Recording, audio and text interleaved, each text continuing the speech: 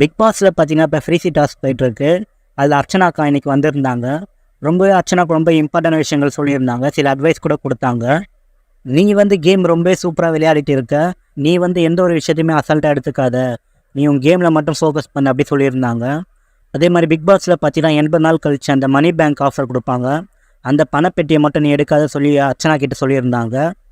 அதே மாதிரி நீ வந்து ரொம்ப ஃபோக்கஸாக விளையாடு, மற்றவங்க சொல்கிறத காதலை கேட்காத, நீ வந்து ஃபைனல் வரைக்கும் வரணும்னு சொல்லியிருந்தாங்க.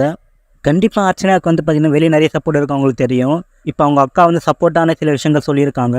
கண்டிப்பாக அர்ச்சனா இனிமேல் நல்லா கேம் விளையாடுவாங்க, ஃபைனல் நோக்கி போவாங்க சொல்லலாம். விஷ்ணுவோட சிஸ்டர் வந்திருந்தாங்க 2 பேர். அதே மாதிரி விஷ்ணுக்கு வந்து அவங்க நிறைய டிப்ஸ் கொடுத்தாங்க. முக்கியமாக மாயா, பூர்ணிமா, நிக்சன் இவங்ககிட்ட சேர்றதை நிறுத்திக்கோ. கொஞ்சம் இவங்க வந்து உன்னோட கேமுக்கு வந்து எதிராக சில விஷயங்கள் பண்ணிகிட்ருக்காங்க. நீ வந்து கொஞ்சம் கவனமாக விளையாட சொல்லியிருந்தாங்க. அதே மாதிரி ப்ரோமோவில் காமிச்ச மாதிரி விஷ்ணு அக்கா வந்து பூர்ணிமா மாயகிட்ட கொஞ்சம் மூஞ்சு கொடுத்து பேசலை. அதுவே அவங்களுக்கு கொஞ்சம் காண்டாக இருந்துச்சு. கண்டிப்பாக விஷ்ணு வர வீக்கில் கவனமாக விளையாடுவார்னு எதிர்பார்க்கலாம். அதே மாதிரி மணியோட அவங்க அம்மா வந்திருந்தாங்க. ரொம்ப ஜோவியலாக பேசிகிட்டு இருந்தாங்க ரவீனா கிட்ட. நாளைக்கு பார்த்தீங்கன்னா விசித்ரா, மாயா அவங்களோட பேரண்ட்ஸ் வருவாங்கன்னு எதிர்பார்க்கலாம்.